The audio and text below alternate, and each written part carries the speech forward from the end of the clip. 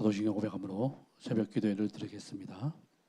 전능하사 천지를 만드신 하나님 아버지를 내가 믿사오며 그 외아들 우리 주 예수 그리스도를 믿사오니 이는 성령으로 잉태하사 동정녀 마리아에게 나시고 본디오 빌라도에게 고난을 받으사 십자가에 못 박혀 죽으시고 장사한 지 사흘 만에 죽은 자 가운데서 다시 살아나시며 하늘에 오르사 전능하신 하나님 우편 앉아 계시다가 저리로서 산 자와 죽은 자를 심판하려 오시리라. 성령을 믿사오며 거룩한 공예와 성도와 서로 교통하는 것과 죄를 사하여 주시는 것과 몸이 다시 사는 것과 영원히 사는 것을 믿사옵나이다. 아멘. 찬송가 214장 찬양 드리겠습니다.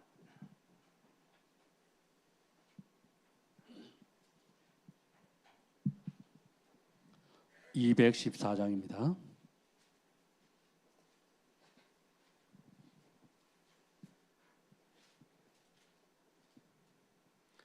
나 주의 도움 받고자 주 예수님께 빕니다. 그 구원 허락하시사 날 받아 주소서. 내 모습 이대로 주 받아 주소서. 날 위해 돌아가신 주 날 받아 주소서.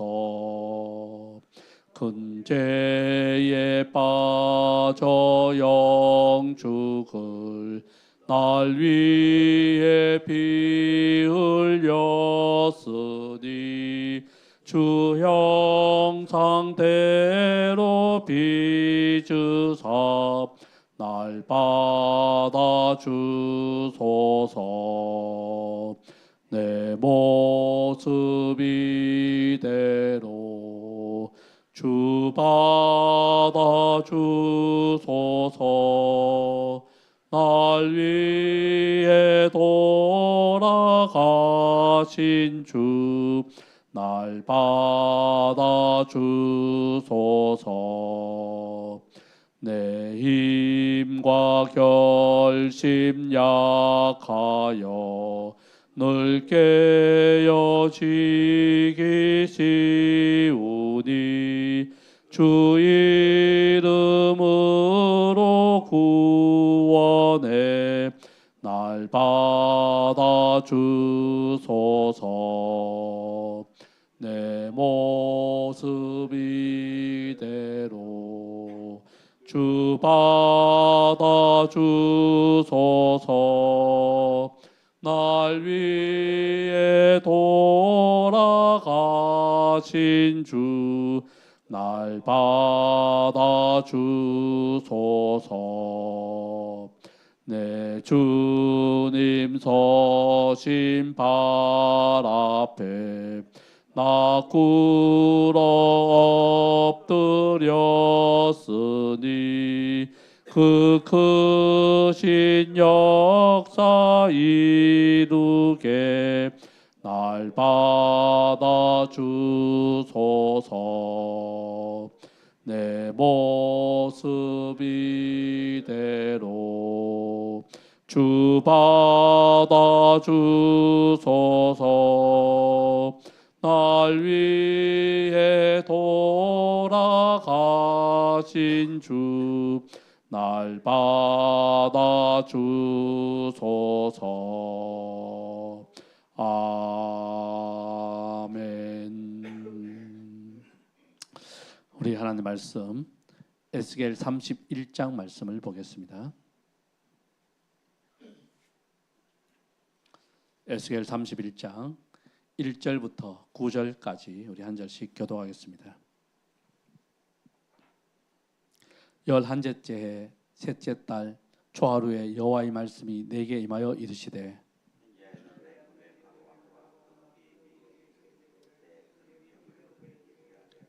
볼지어다 아수르 사람은 가지가 아름답고 그늘은 숲의 그늘 같으며 키가 크고 꼭대기가 구름에 닿는 네바론 백향목이었느니라.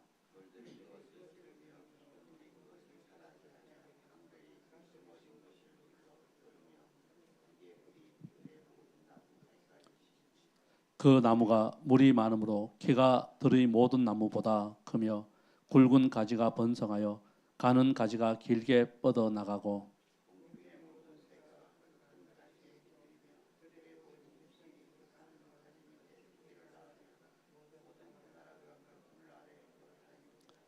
그 뿌리가 큰 물가에 있으므로 그 나무가 크고 가지가 길어 모양이 아름다우며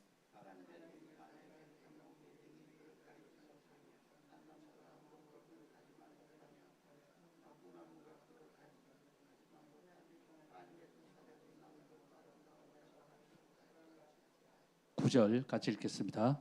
내가 그 가지를 많게 하여 모양이 아름답게 하였더니 하나님의 동산 에덴에 있는 모든 나무가 다 시기하였느니라. 아멘.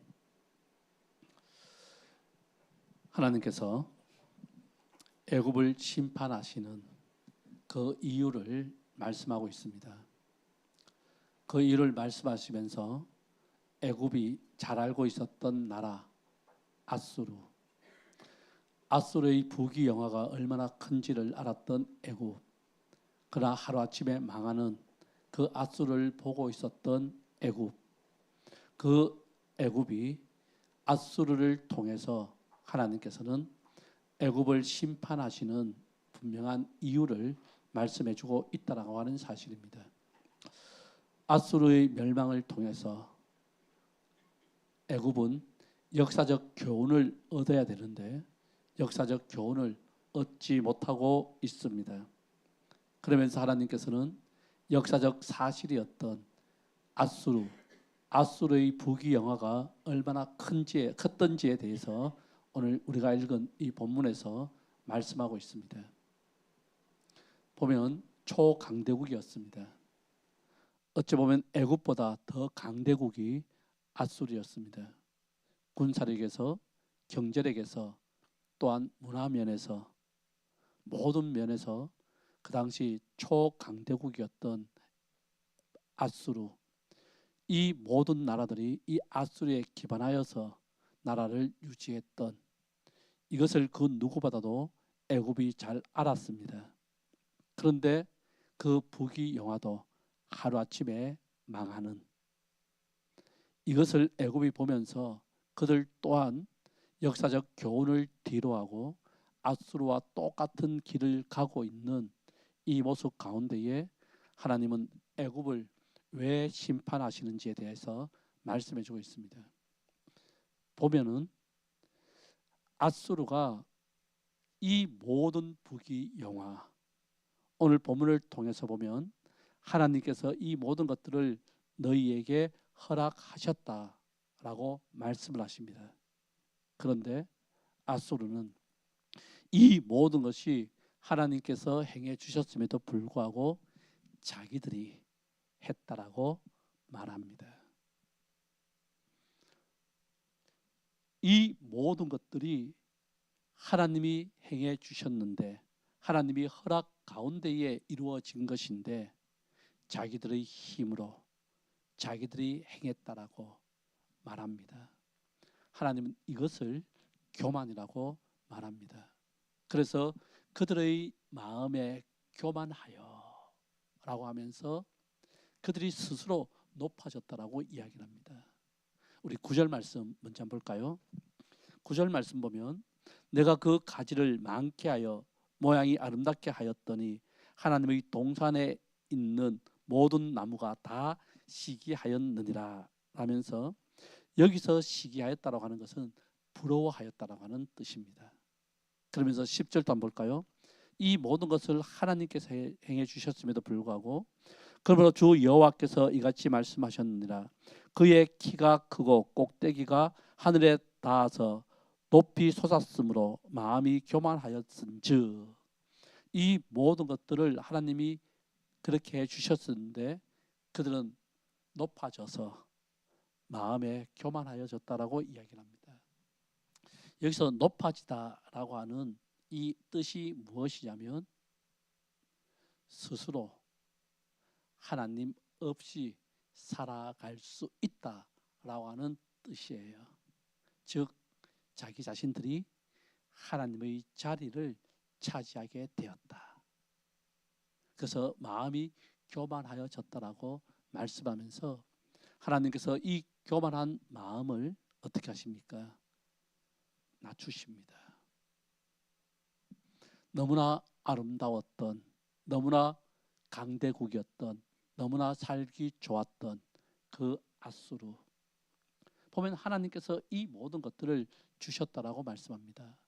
비를 주셨고 물을 주셨고 강을 주셨고, 이 레바논의 백향목과 같은 이것이 크고 아름답고 줄기를 뻗을 수 있었던 이유는 비가 있었기 때문에, 물이 있었기 때문에, 강물이 있었기 때문에 이것들을 하나님이 주셨다라고 말씀을 하고 있는 이 모습, 이 본문 가운데에 이 모든 역사는 하나님의 주권적 섭리 가운데 있다라는 것을 다시 한번 강조해주고 있습니다.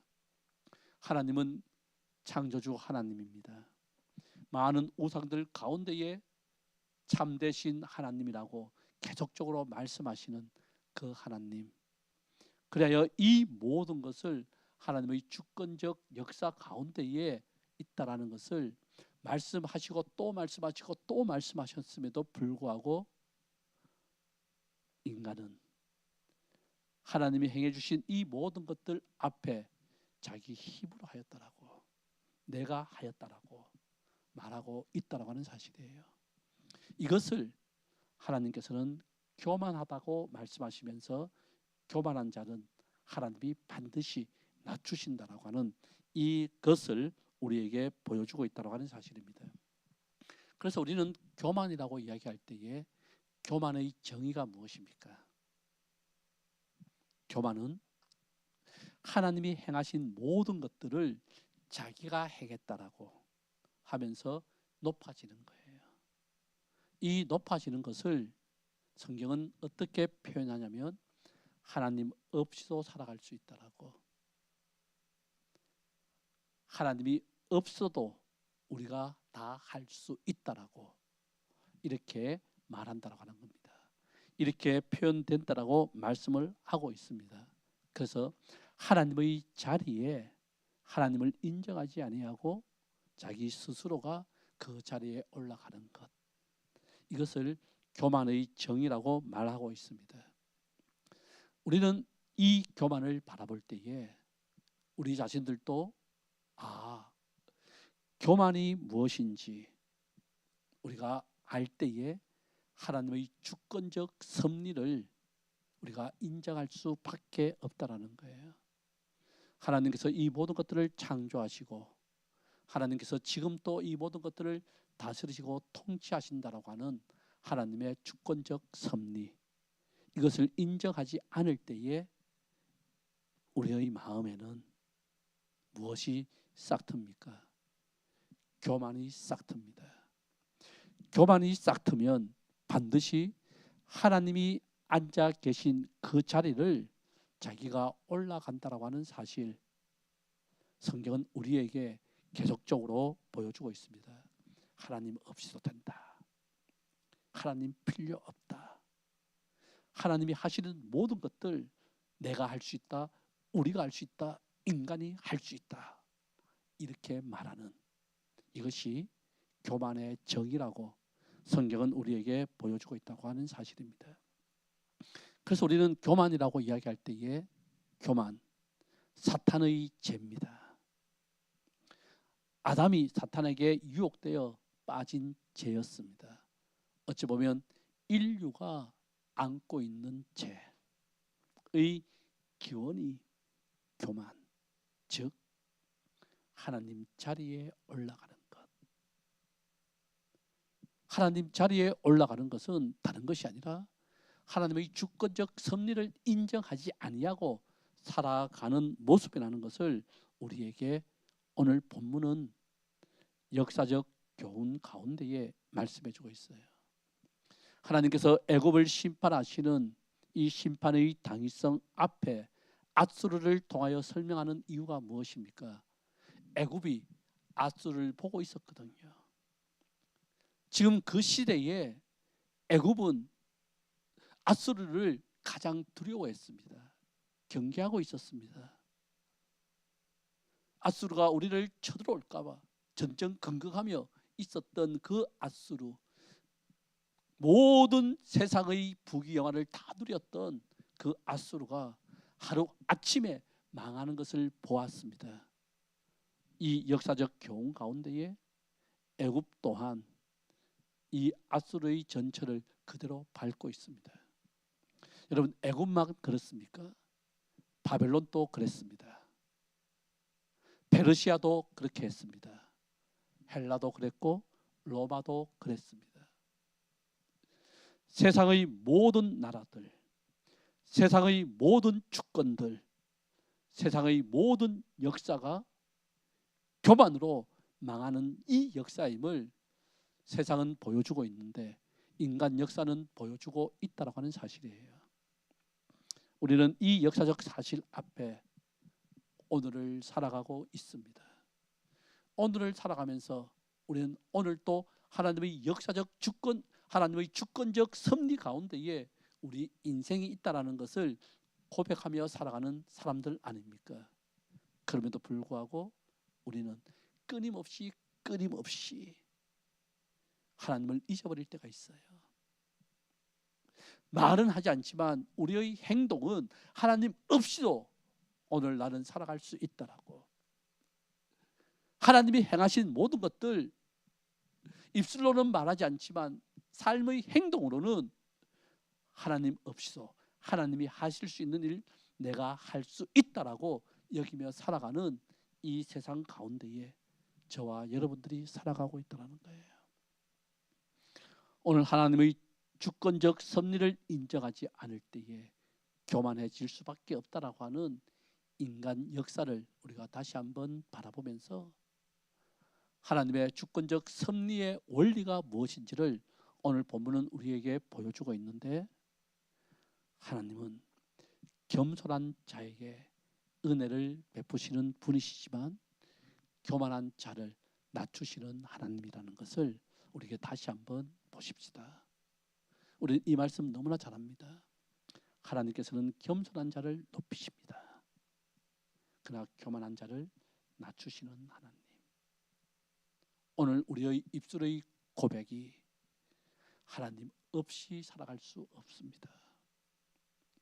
하나님이 함께하지 않으면 내가 할 수 있는 것은 아무것도 없습니다. 이렇게 고백하며 살아가는 사람을 성경은 겸손한 사람이라고 얘기합니다. 이와 반대로 교만한 사람은 하나님 없이도 나는 살아갈 수 있다 라고 하는 자가 교만한 자라고 하는 사실. 그래서 예수님께서는 무엇이라고 말씀하신지 아시지요? 스스로 높아지는 자는 낮아질 것이요, 스스로 낮아지는 자는 주님이 높이신다라고 하신 이 말씀, 우리 너무나 잘 알고 이 말씀대로 살아가려고 하고 있습니다. 예수님의 이 말씀은 구약에도 신약에도 하나님의 주권적 섭리의 원리라는 것을 오늘 본문을 통해서 역사적 교훈을 통해서 우리에게 말씀해주고 있습니다. 우리 이 말씀, 하나님의 주권적 섭리의 이 말씀이 잠언서에서 말씀하고 있는 것, 이 잠언서를 잠깐 보고 마치겠습니다. 잠언서 3장 말씀을 한번 보겠습니다. 잠언 3장 34절 말씀, 구약 성경 914쪽에 있습니다.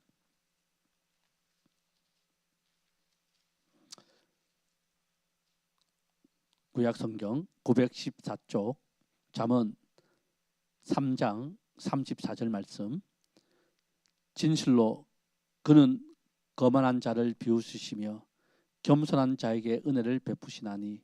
35절, 지혜로운 자는 영광을 기업으로 받거니와 미련한 자의 영달은 수치가 되리라. 지혜로운 자가 누굽니까? 겸손한 자입니다. 미련한 자가 누구입니까? 교만한 자입니다.